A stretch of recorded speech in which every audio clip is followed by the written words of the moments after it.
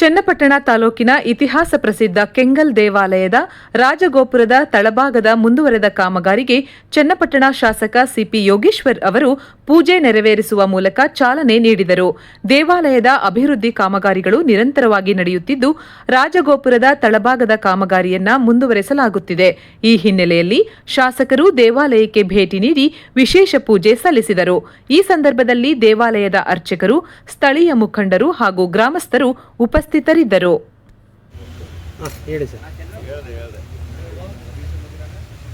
ತಾಲೂಕಿನ ಬಹಳ ಪ್ರಸಿದ್ಧಿಯಾದಂಥ ಶ್ರೀ ಕ್ಷೇತ್ರ ಈ ಕೆಂಗಲ್ ಅಯ್ಯನಗುಡಿ ಕ್ಷೇತ್ರದಲ್ಲಿ ಇವತ್ತು ರಾಜಗೋಪುರಕ್ಕೆ ಹೊಸ ರೂಪ ಕೊಡಬೇಕು ಅನ್ನೋ ದೃಷ್ಟಿಯಿಂದ ಸುಮಾರು 1,25 ಲಕ್ಷದಲ್ಲಿ ಅದಕ್ಕೆ ವಿಶೇಷವಾಗಿ ವಾಸ್ತು ಪ್ರಕಾರ ಅದನ್ನು ಕೆಲಸವನ್ನು ಪೂರ್ಣಗೊಳಿಸಲಿಕ್ಕೆ ಇವತ್ತು ಪೂಜೆಯನ್ನು ಮಾಡಿದ್ದೀವಿ.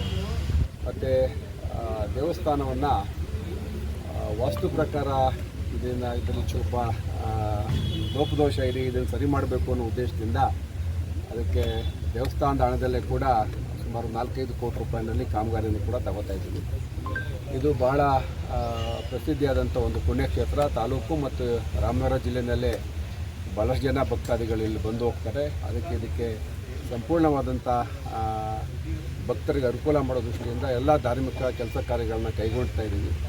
ತಾಲೂಕಿನಲ್ಲಿ ರಾಜ್ಯ ಸರ್ಕಾರದಿಂದ ಸುಮಾರು ದೇವಸ್ಥಾನಗಳ ಅಭಿವೃದ್ಧಿಗೆ ಸುಮಾರು 12.5 ಕೋಟಿ ಹಣ ಬಿಡುಗಡೆಯಾಗಿದೆ. ಇವತ್ತು ಎಲ್ಲ ದೇವಸ್ಥಾನಗಳಿಗೆ ಹಣ ಕೊಡ್ತಾ ಇದ್ದೀವಿ.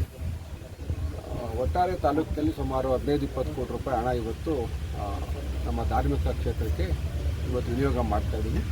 ಮೊದಲನಾಗಿ ಇದು ಮತ್ತು ಮಹದೇಶ್ವರ ದೇವಸ್ಥಾನದ ರಾಜಗೋಪುರವನ್ನು ಕೂಡ ಮಾಡ್ತೀವಿ.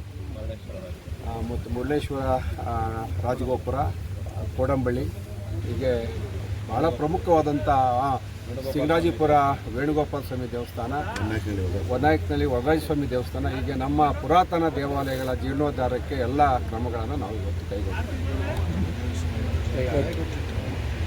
ಹಳೆಗೋಪುರ ಏನಿಲ್ಲ, ಅದಕ್ಕೆ ಹಿಂದೆ ಕಾಂಕ್ರೀಟಲ್ಲಿ ಅದು ಬೇಸ್ ಮಾಡಿಬಿಟ್ಟಿದ್ದು, ಅದಕ್ಕೆ ಸ್ಟ್ರಕ್ಚರ್ ಮಾಡಿ ದೇವಸ್ಥಾನಕ್ಕೆ ಎಂಟ್ರೆನ್ಸ್ ಇಲ್ಲಿಂದ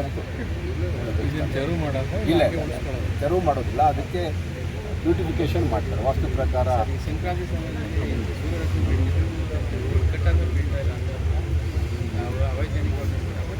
ಇಲ್ಲ, ಆ ಥರ ಏನಿಲ್ಲ.